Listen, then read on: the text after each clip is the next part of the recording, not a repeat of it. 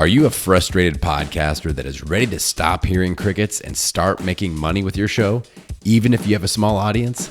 If you answered yes, then I want to connect with you for a free podcast profit potential discovery call. In this free 20-minute session, I'll analyze where you're currently leaving money on the table when it comes to monetization opportunities for selling more of your own programs, products, and services.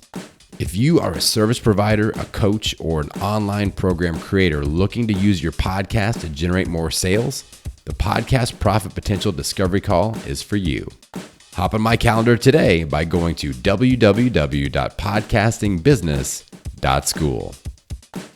What's up, Pod Pals? It's your buddy Adam, and you are listening to Podcasting Business School. It's the show where I teach podcasters how to love their podcast like a hobby and build it like a business. We are here today doing a podcast audit with my brand new pod pal, Kara, from the Bookish Flights podcast. Kara, welcome to the show. Thank you so much for having me, Adam. All right, let's dive right in. I'm ready to get to work for you here. We need to set a goal. I need a target to aim for. Let's say you and I are meeting up 6 months from today. You know, something was said today that like lit you up, you implemented it, and we've gotten some great results between now and 6 months from now. What might that look like? What would be a great 6-month goal to kind of work towards today? Yeah, I'm really hoping to get into triple digits with my downloads for the podcast. Been doing it about a year and a half, and I feel like it's just kind of hanging out at a steady level here. So I'm really hoping to use your word, put some momentum back into it and really help grow that. And after listening to many of your episodes, I think I might need to go towards also building an email list. I don't have that yet. So really getting that going and utilizing it. Like I have some emails been collected, but I'm not utilizing it at this point. Okay. You're speaking my language. You're saying all my love language words, email list, podcast growth. Okay. Do you feel like there's any specific thing or skill set or roadblock that's keeping us from, growing the show, growing the email list right now? I mean, I think my biggest thing I'll usually hang my hat on is finding time to do it. Home life is pretty busy with 3 kids. So really just making sure I pull myself back a lot because I want to make sure I can do a good, spend a good amount of time on something and do a good job with it. And I don't want to just throw something out there and then it just kind of, I don't have the time to put towards it. So I think that's probably my biggest factor, but that could also be like mentally, like I probably have more time than I think, just knowing what's going to be how I spend my time well. I think sometimes it's tough. You've been doing this for a year and a half, you said? Yeah. Okay. So you're in that post-launch frustration zone. Like in my podcasting success timeline, you are a phase 2 card carrying member. So when you're in that zone, it can be tough because you aren't seeing the growth, you aren't seeing the monetization, you're just kind of seeing the work. Yeah. And the shiny newness of the launch has faded. Like you aren't in a new relationship, you are in a committed long relationship that you're like, this is a lot of work. I don't know. So that's kind of where you're sitting at right now. And a lot of people are there. And the good news is I help people break out of that. And that's what we're going to focus on today. So I think once we break out of that, you'll start being more efficient and effective with your time. Where you're like, oh, I can knock out, because you don't know what to do yet. And once you get, you're like, wow, I do this, and the needle moves, and I'm either getting more downloads, making more money, or both. And you're like, all right, now I've got more energy around this, and I can make more time because I know that I spend time. There's a direct output that I like, either downloads, audience engagement, money. Is that making sense? Yeah, absolutely. And I can feel like twinges of burnout happening. And I'm like, I think I need to like change something here. I need to update a little bit. And thankfully about 6 weeks ago, I found your show. So I've been like binging those and that has helped. But I'm like, what? I need to put myself out there. Let's go for it. Yeah. Okay. So dial in the ideal listener avatar for me. Who should be listening to Bookish Flights? Yeah. So really it's like themed book recommendations. You get 3 books that are recommended usually on a theme. Whether lately it's been like publishing world or fantasy, romance, any genre you could possibly have. So I really think anybody can be a reader. So this can be men or women. I wonder sometimes if maybe I'm too large with the audience net I'm trying to cast. Right now, my guests are pretty author heavy. So probably 80% of my guests are authors at this point because they're really easy guests to have on the show. Because of course, if you're an author, you're a reader. But I want to show that we can all be readers. So I might be too broad too, is something I've kind of been toying with. Yeah, potentially. We could look at that. Um, monetization strategies. Any ideas there, or is it just like let's grow, or do you have like things in the works for potential Yeah, so I monetization? have a couple publishers that I work with now, and I just can't possibly host all of their authors. And so I have been offering that they can buy like spots on the show where they can do a book flight of books. And it'll be they sponsor the episode, and I will read like a 2 to 3 sentence clip of that book of that author. I just can't possibly host all of the authors. Like my schedule's jammed with guests. Yeah. So that's not an issue. And so that has worked where one of the publishers bought some spots to sponsor episodes, and then that way they could get more of their authors with some airtime on the show. Yeah. Okay. That's smart. That's smart. There's demand and there's limited space. There's limited real estate with your time and with your show. Are you doing a weekly episode or how? What's Weekly. that? Okay. Yeah. And then I have once a month I started recently. I'm doing an episode with a kid. So like an episode for the kids from the kids where they come on and talk about 3 of their books. And that seems to be going really well. I've gotten great feedback on that. Like a lot of parents have reached out saying their kids they've been inspired to read because they're hearing another kid read. That's awesome. So. Okay.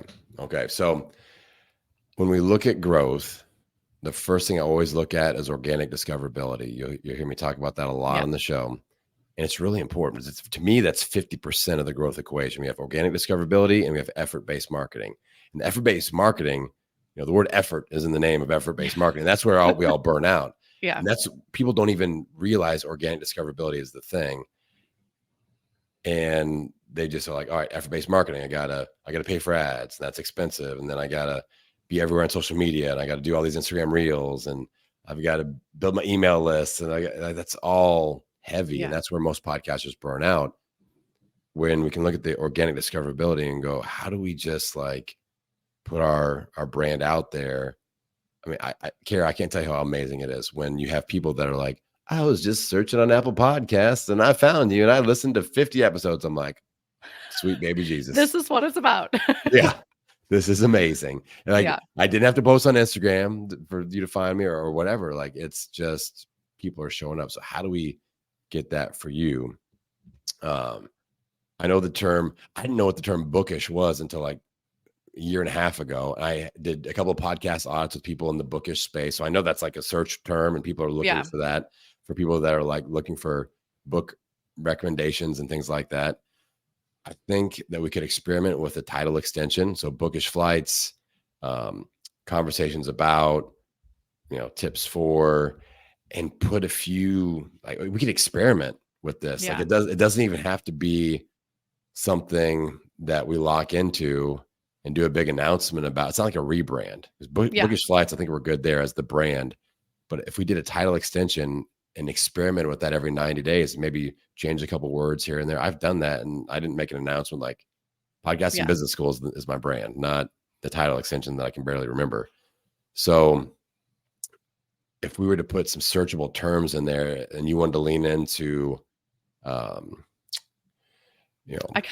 have done it since listening to your episode. Okay. So I really off the cuff, I just came up with book recommendations and reading tips for busy people and kids. Because I'm like, well, I mean, really what I'm trying to show is we can all be readers. We just make time for it. Yeah. And obviously then I have the kid component too. So I think book recommendations is probably I think it's a good one, but I'm like, I could play around with what else I have there. I think book recommendations is amazing. That's what it's about. And then we got to do the who it's for.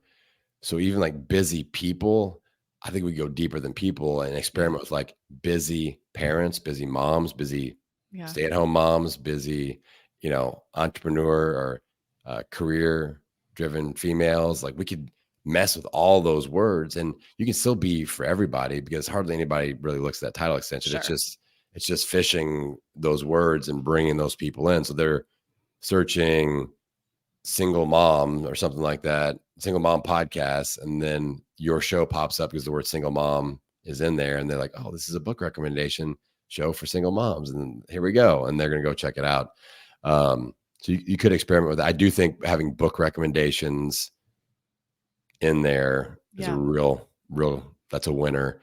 And with the 4, you know, talking to your audience, listening to your audience, or looking at them and going like, are they primarily female or primarily men? Are they, how deep can we go into that niche demographic and kind of call out more of those people to come? Because there are, or you can either look at the audience or you can look at the type of author that you're interviewing. Are they like mysteries? Are they, business authors? Are they self-help? Are they, or is it a little bit of everything, which is what it kind of sounds like? Or do you think that, I'll pause there. I mean, do you think that that's true or untrue? Do you feel like you cover a lot of different topics, or do you feel like you hone in on one? Yeah, no, I feel like it's a wide range of genres, and I feel like I was trying to keep it that way. And then that way, like, you might be solely a fiction reader, but you don't need to listen to the nonfiction episodes. Like, there's just enough content out there. Like, you could pick and choose what would fit you. Because what you could do, now I'm getting my creative juices flowing here. And this is what I love about podcasting. So many possibilities and so many different types of shows. But what you could do is align your title extension verbiage for like the who it's for type of thing, those words, with a series of authors that you interview. So like, okay, you're working with this publisher, especially if it's like a sponsored deal, and they're like, we've got business books or business authors, and you're going to do a 3-week series on business book recommendations or meditation book recommendations or self-help, book recommendations or fiction, non-fiction, whatever. We can put those words in the title extension for that period of time and kind of marry those together a little bit. That could help. So like nonfiction book recommendations, featured. I mean, you could even like, if you are worried about people reading it and being like turned off because they're not interested in that, it could be like book recommendations and then like parentheses, nonfiction books featured in June 2024. And that's all in the title extension, and it's not like a big deal. So you could mess with that a little bit just to try to get some of those. Or if you're like, well, we do a lot of personal growth, nonfiction and storytelling books or something like that, or business books, you could have that like book recommendations for readers of blah, X, Y, and Z categories. So you kind of, you can kind of mess with those a little bit. So is that helpful so far? Yeah. I haven't really grouped it like that because, like I said, I was trying to intermix, like, say, again, if you're a nonfiction reader, you'll grab an episode here and next week's fiction. And I was trying to kind of mix it up that way, but I've never thought about really doing like a specific month of spending on that. Yeah. And topic. that's your call. I'm just trying to work back into that title extension and go, how do we marry all this up? So I love it when there's an opportunity to synergize with the organic discoverability, the content, things that we offer, things that we sell. So I would potentially just think about that. I don't think it's like a make or break, but I do think the title extension, book recommendations, and then listing any types of book recommendations would make a lot of sense. So long story short, let's do that. Sense because I think that, book, like you said, Bookish Flights, like no one's Googling that. So they're going to be looking. And I was trying to think of, well, what would I Google if I was trying to find a podcast or, go into the search, like what would I be looking for? And I was like, well, book recommendations for sure. 100%. And that was why I just kind of hit on that. And then I figured I could play around with it from there, like you said. So, Okay. So I feel solid about that. That's going to help a ton with organic discoverability. Make sure you got all those different types of categories of book recommendations mentioned in your podcast host description. Okay. So, because that's going to help a ton. And even like repeating it, like fiction book recommendations, business book recommendations, all just individually on different lines. Like this podcast is for you if you're looking for business book recommendations, parenting book recommendations, like whatever you can think of, and just list it all. Okay. Yeah, I would, because that's what we're trying to pull up in Google searches. So we don't necessarily just want to show up for the word business by putting the, if you read books in the business, finance, if we list the categories out, that's one thing. But I want business book recommendations, self-help book recommendations, because that's what people are Googling also. I think that's going to help. And people might be putting that in the search bar, honestly, on Apple and Spotify. So like self-help book recommendation podcast. I could see that. So, Yeah. having that in your host description, do you understand where that's at? Like where you are? Yeah. Okay. Good. I kind of updated that since listening to your show too, but I Yeah. don't have listed Good out work. like book categories I there. think that'll So, help. I think yeah. that'll help. Okay. Let's look at some of this monetization ideas. I want to tie in your list building efforts, because if you can have increased downloads, and then like I really like the idea of setting a goal of, let's look at the 1,000 download per episode at 30 days. Let's get our email list to 1,000 people. Let's make Yeah. sure we have at least one social media channel at 1,000 followers. And then let's start launching, like what you're doing is what I would call a brand immersion package. Okay. So all these publishing, I almost said publishing clearinghouses, all these publishers and Ed McMahon's coming to your door with a giant Yeah. check. So Can't offer that yet. all these, oh, you need to have Ed McMahon on the show. So you have these publishers that want to get their authors on shows to promote their books. And you can go, hey, not only can you get a spot on the show, you're going to get exposure to our whatever 1,000-person email list with a newsletter shout out. And we're going to do a custom Instagram carousel, or, a LinkedIn newsletter, or whatever social media platform. We're going to create content for that as well. Yeah.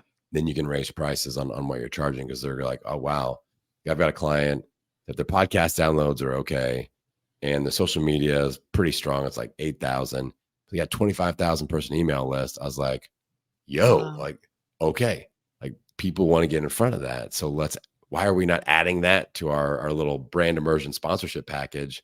Like, people will pay for 100 downloads an episode at a certain price, but if they get access to 25,000 people via email, let's add that to the mix. So that's kind of the picture I'd work building towards with those 3 channels. Okay. And with your email list growth, like what ideas are you cooking on right now? Or are we starting from ground zero as far as like building that list?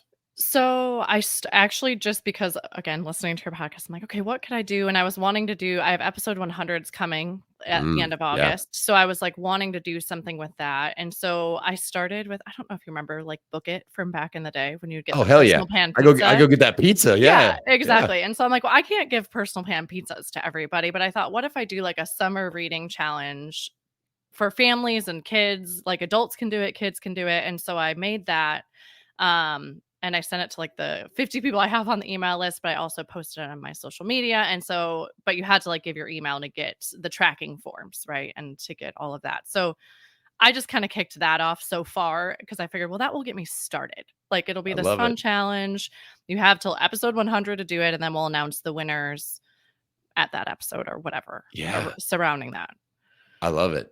I mean, you could show off, people's progress on social media, or give them like little shout outs in the show. Love, so creative. That's awesome. Okay. And shout out to Book It, personal pan pizza. And it's Pizza still Hut. going on, but their summer program is full, so you can't even join it. So if you need to, you can join Bookish Flights. Book it. I ate me some pizza growing up. Yeah. Those books. So no, I think that's awesome. I think there's an opportunity for maybe like even like a book club episode, potentially, where you could tie this in and charge more to be a featured book for your book club episode from these publishers. And go, okay, so-and-so's interview is happening in early June. They're going to be our featured book for, August or September. And they're going to be our book club book, and for X amount of dollars. So you lump all that in, and then you do an episode where people will have read the book or they are reading the book, and you discuss on the show with your audience. It's always a win. We pull audience members on the show, always a win. And have like Oprah's book club discussion or whatever right there on the episode. I think that's in price of admission. Email, got to get the email list. So they got to opt into your email list. And, if you got a whole bunch of people, you could always be like, I'm going to pick 10, or you can be like, apply to do it, or just be happy with whatever you get. You get 4 people to sign up for it. All right, let's go. You 4 are coming on. We're talking about this book. I think that could be really interesting. Again, you can tie it and bundle it into the whole the package that you're pitching to these publishers. I like that quite a bit. But I think that you could also be grabbing like audio book recommendations from your listeners. I think that would be Yeah. a cool way to hear listener voices on the show as well. Like, use this SpeakPipe link to send me your summer reading book recommendation, or an author that you want me to feature on the show, or something like that. And they can record the little 30-second clip and be like, this is Adam from Missouri, and I really love, Mike Michalowicz, and I think you should have Mike on the show. And my favorite book is Profit First, and you guys should all check it out. And so it's always cool for listeners to hear themselves on the show, and they kind of nerd out and fangirl out, or whatever you call them. Like, that was me. My voice is just on the show. So little ideas like that, I think that could help quite a bit. Like email list building wise, another idea that works in your niche specifically, I've had clients do this, is curated content. So behind an email opt-in, you're 100 episodes deep now, you can curate, like, if you are a fan of fiction books, here's my Google Doc or my whatever that has them all categorized with Spotify and Apple links of all, or here's my Spotify playlists of all the fiction episodes, all the personal growth episodes. I already have that too. Yeah. That could be really easy. Yeah. And just put that behind a little email opt-in, and then you're curated that content and make it easier for them to binge listen. Downloads go up, prices for brand immersion goes up because downloads go up. So you're kind of creating a unique opportunity to allow your ideal listeners to binge on the stuff, the exact stuff that they want. That making sense? Yeah, I already have that too, because I send that for, like, to be a guest on the show. I send you an idea of like what other book flights have been. So it's already listed out by like fiction, nonfiction. So all I would have to do would be to add links. Like, it would be really simple. Yeah. Okay. And I like that. That's a huge win. I mean, that's a win for them because it makes it more efficient, for them to binge listen, which is what we always want. Downloads, that one person that's like, I kind of like this show. I've listened to a couple episodes. Now they're like, whoa, this is awesome.